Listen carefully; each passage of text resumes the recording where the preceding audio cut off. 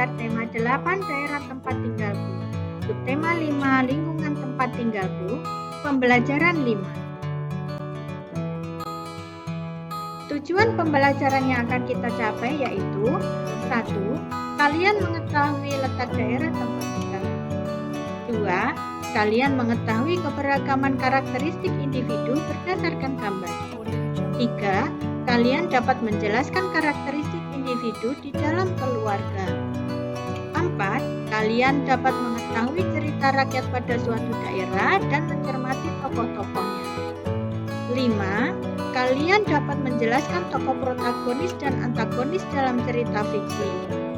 6. Kalian dapat menyanyikan lagu daerah dengan memperhatikan tempo dan tinggi rendah nada. 7. Kalian dapat mengetahui tempo dan tinggi rendah nada dari notasi angka lagu daerah.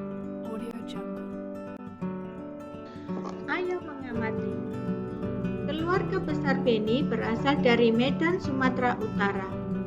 Namun, ayah dan ibu Beni merantau dan menetap di Jakarta. Ada juga paman Beni yang merantau ke Jambi. Paman Beni bernama Tagor. Tahukah kamu Pulau Sumatera? Gambar berikut adalah gambar Pulau Sumatera. Kita coba melingkari letak tempat tinggal paman Tagor di Jambi. Ini adalah letak tempat tinggal paman Tagor di Jambi. Kita coba melingkari tempat tinggal keluarga besar Beni di Medan. Ini adalah tempat tinggal keluarga besar Beni di Medan. Carilah gambar peta Indonesia, kemudian lingkarilah letak daerah tempat tinggal. Perhatikan gambar berikut. Beni dan keluarga mengunjungi paman Tagor. Paman Tagor tinggal di Jambi. Rumah paman Tagor di lingkungan perkotaan. Meskipun di kota, lingkungan rumah paman Tagor bersih dan asri. Masih banyak pohon di lingkungan tempat tinggal paman Tagor. Paman Tagor tinggal bersama istri dan kedua anaknya. Anak paman Tagor bernama Gultom dan Puspa.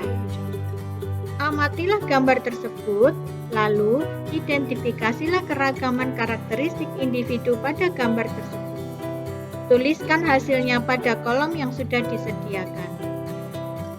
Pada pembelajaran sebelumnya, kamu telah mempelajari tentang keragaman karakteristik individu. Kamu telah mempelajari karakteristik individu yang berupa karakteristik fisik dan keragaman kegemaran di lingkungan keluarga. Sekarang, mari kita pelajari keragaman sifat individu. Apa saja sifat individu yang telah kamu ketahui? Amatilah gambar-gambar berikut.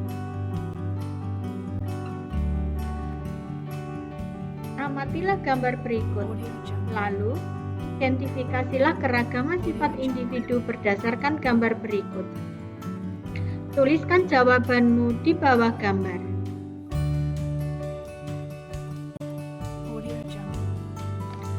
Beni senang berlibur di rumah paman Tagor. Paman Tagor memiliki banyak koleksi buku. Buku-bukunya disimpan di perpustakaan. Beni sering diajak oleh Gultom dan Puspa untuk membaca buku di perpustakaan rumahnya. Mereka sangat senang membaca buku cerita. Salah satu buku cerita yang mereka sukai berjudul Kisah Putri Tangguh. Tahukah kamu tentang cerita tersebut? Bacalah cerita berikut.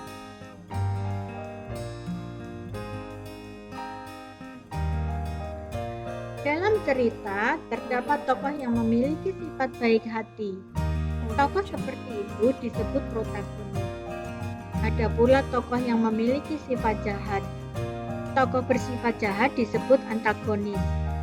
Tahukah kamu siapa tokoh protagonis dan tokoh antagonis pada cerita tersebut? Ayo, lakukan kegiatan berikut. Kalian sudah membaca teks cerita dan sudah dijelaskan tentang tokoh protagonis dan antagonis.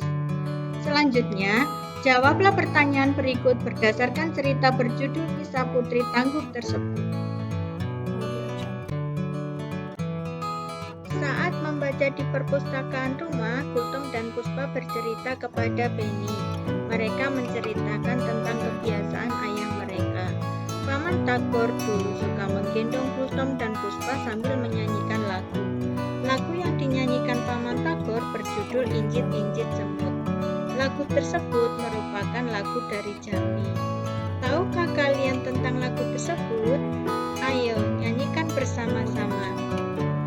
Carilah salah satu link pada YouTube tentang lagu Injit-Injit Semut.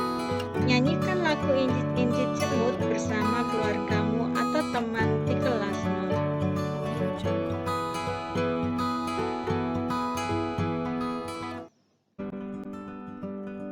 Bernyanyi dengan baik membutuhkan teknik seperti intonasi dan tempo. Intonasi merupakan cara bernyanyi mencapai ketepatan bunyi tiap nada. Bunyi nada yang tepat akan menghasilkan suara yang tidak sumbang dan enak didengar.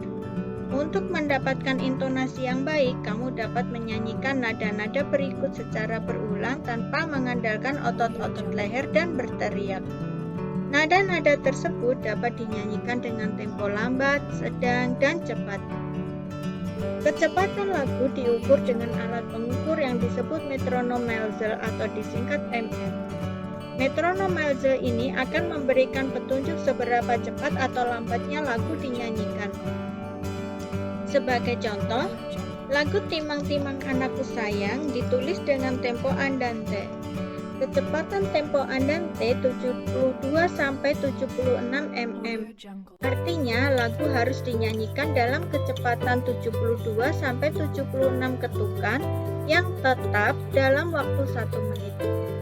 mm 72 sampai dengan 76 termasuk tempo sedang. Tempo lagu dikelompokkan menjadi 3, yaitu tempo lambat, sedang, dan cepat.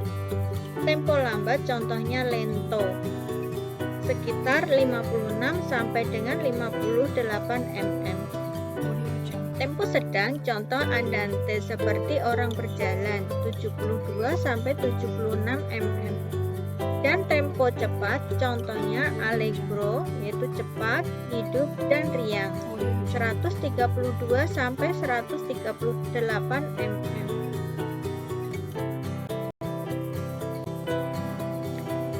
Selanjutnya, kalian coba mengamati teks lagu Injit-Injit Semut. Kemudian, identifikasi tinggi rendah nada dari notasi angka lagu tersebut. Dan jawablah pertanyaan-pertanyaan berikutnya pada kolom yang sudah disediakan. Setelah pembelajaran selesai, mari kita merenung. Apa yang telah kamu pelajari hari ini? Apa keragaman sifat yang ada dalam keluargamu? Apa manfaat keragaman sifat dalam keluargamu? Apabila kalian dapat menjawab pertanyaan ini, artinya kalian sudah melaksanakan pembelajaran dengan baik.